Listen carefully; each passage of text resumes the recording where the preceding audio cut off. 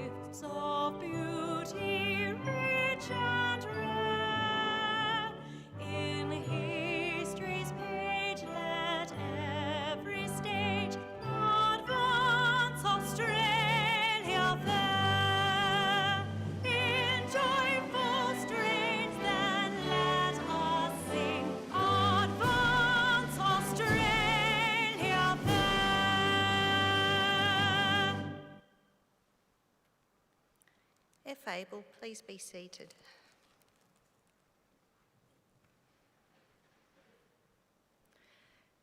The Australian War Memorial was the vision of Charles Bean, Australia's First World War official historian.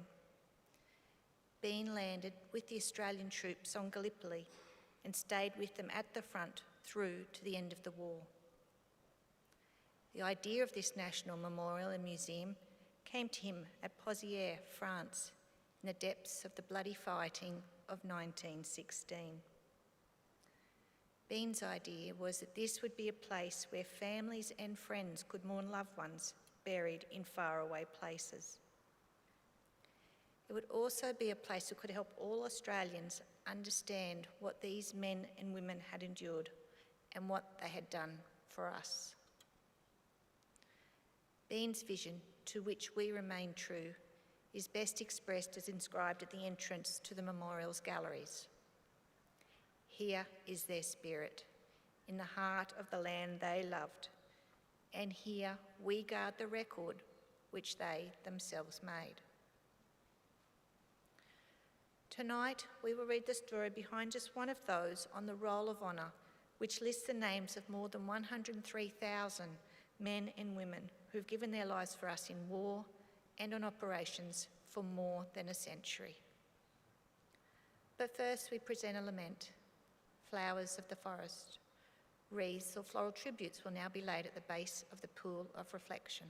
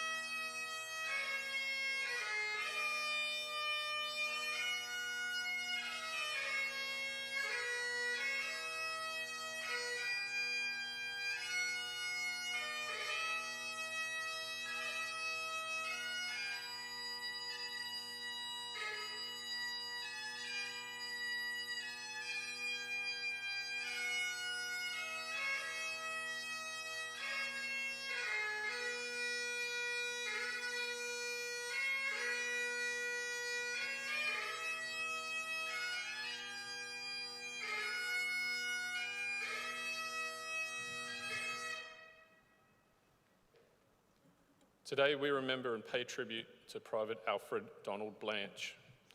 Alfred Blanch was born in Casino, New South Wales in 1896.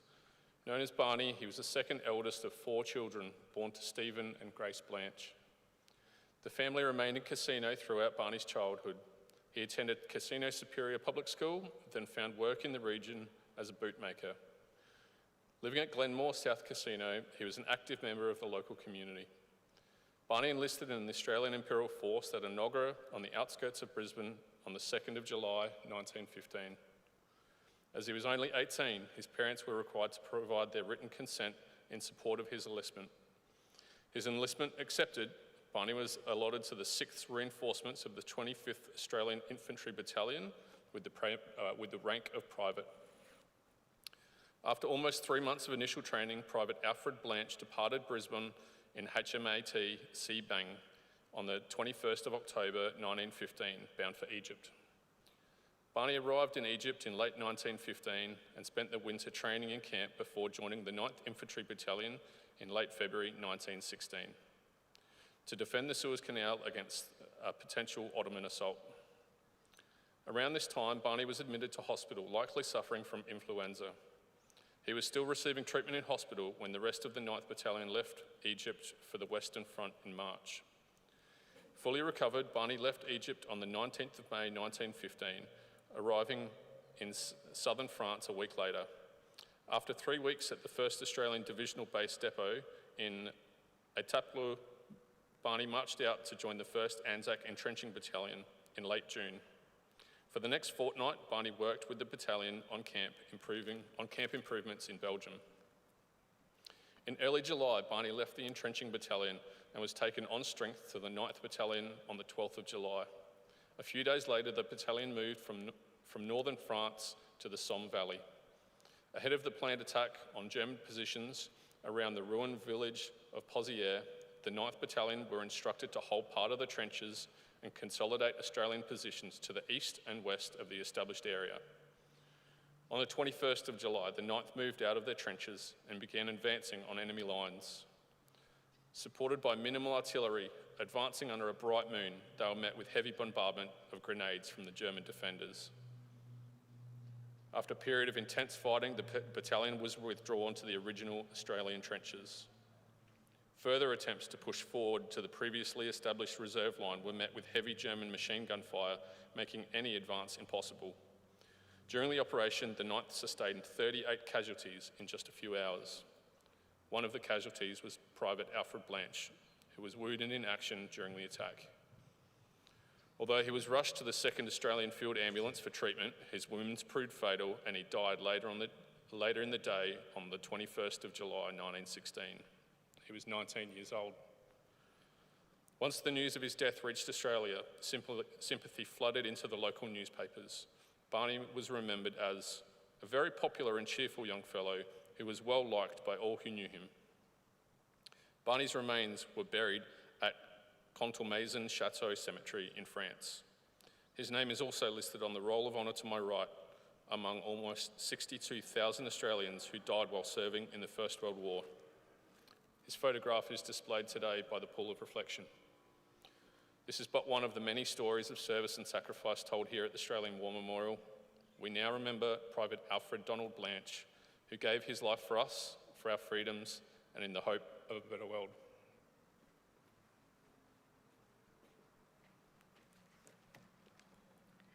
Please stand for the reading of the ode and sounding of the last post.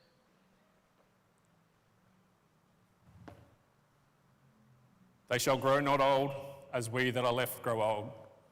Age shall not weary them, nor the years condemn. At the going down of the sun and in the morning, we will remember them. We will remember them.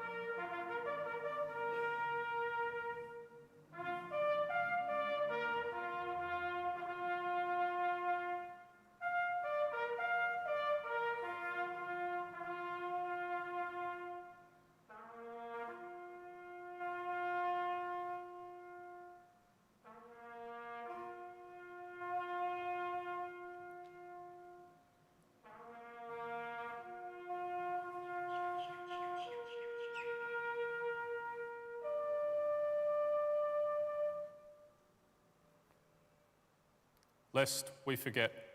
Lest we forget.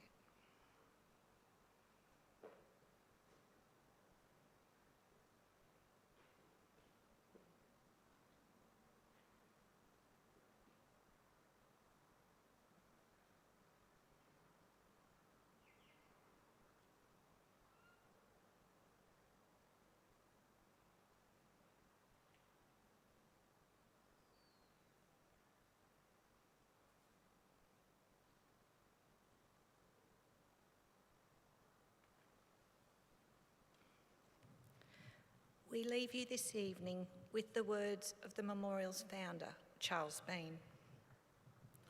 Many a man lying out there at Poziere or in the low scrub at Gallipoli, with his poor, tired senses barely working through the fever of his brain, has thought in his last moments, well, it's over, but in Australia they will be proud of this. Ladies and gentlemen, that concludes the last post ceremony. On behalf of the Director, staff and volunteers, thank you for visiting the Australian War Memorial today and for your continued support during the Memorial's development project. We wish you all a very pleasant evening.